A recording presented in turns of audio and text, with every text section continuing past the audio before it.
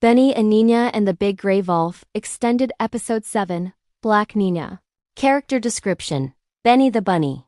Small, light brown fur, long ears, big sparkling eyes, cute and slightly shy. Nina the ant. Small black ant, very smart and fast, always carrying tiny tools or leaves, able to lead a team of ants. Story: It was a quiet, sunny morning in Meadowland Forest. The birds were singing cheerful songs, and the flowers swayed gently in the warm breeze. Benny the bunny, a small light brown bunny with long ears and big sparkling eyes, was hopping happily near the wildflowers, practicing little jumps just for fun. He wiggled his nose and sniffed the sweet air. "What a perfect morning," he whispered softly, feeling safe and calm. But the Big Gray Wolf had been watching him for a long time, hidden behind the tall trees.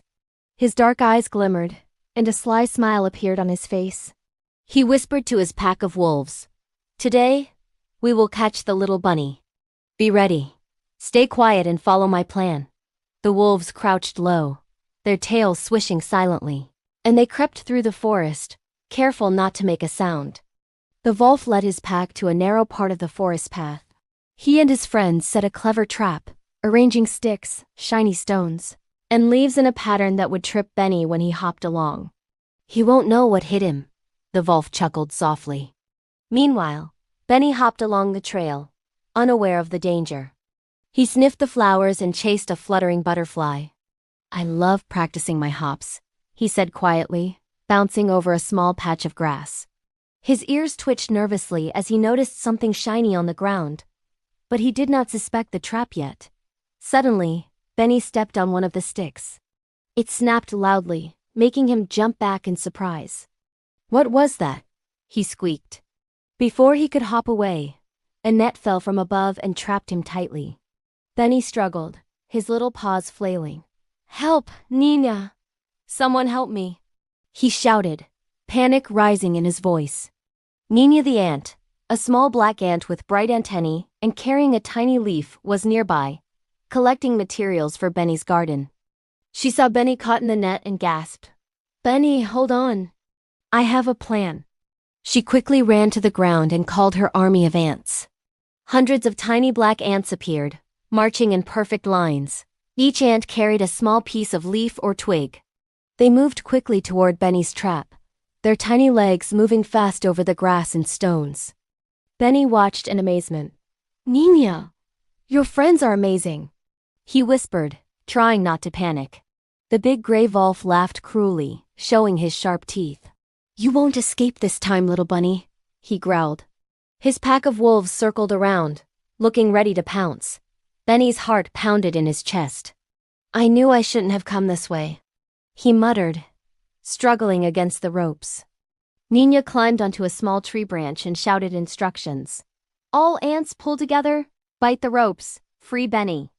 The black ants swarmed the net, biting at the ropes and tugging from every side. The wolf growled in frustration, snapping his jaws, but the ants were too quick and too many. Benny felt the net loosening.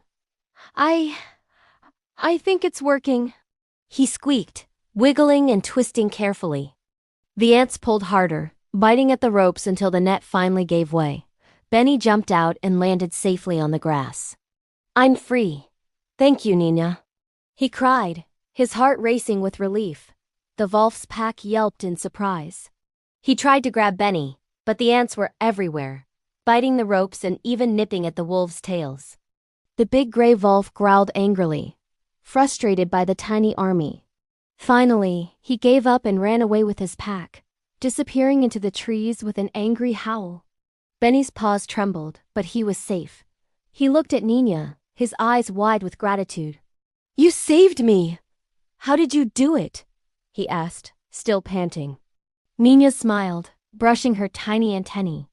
"It's all about teamwork, Benny. Even the smallest friends can help with the biggest problems." Benny nodded slowly, feeling a little braver. "I'll remember this, Nina.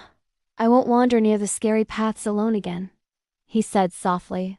The forest grew quiet again. Birds chirped from the branches, and sunlight streamed through the leaves, making patterns on the forest floor.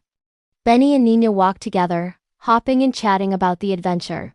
Benny smiled, thinking about how clever and brave Nina had been. You know, he said, I feel safer when you're with me. Nina laughed gently. And I feel proud to have you as my friend, Benny. Today you learned that even when things seem scary, help from friends can make everything possible. They stopped by a small stream to rest. Benny sipped the water and watched his reflection. I think I grew a little braver today, he said. Nina nodded. Yes, Benny. Every time you face a challenge, even a scary one, you grow stronger and smarter. The sun began to lower, casting a golden glow across the meadow. Benny and Nina hopped slowly home, talking and laughing softly. The birds sang a gentle evening song, and the forest felt safe once more. Benny realized that courage didn't mean never being afraid. It meant trusting friends and trying your best, even when danger was near. Benny and Nina promised to always look out for each other. And though the big gray wolf might come again someday, Benny knew that with clever friends like Nina and her army of black ants, he would always have a chance to be safe. End of episode 7.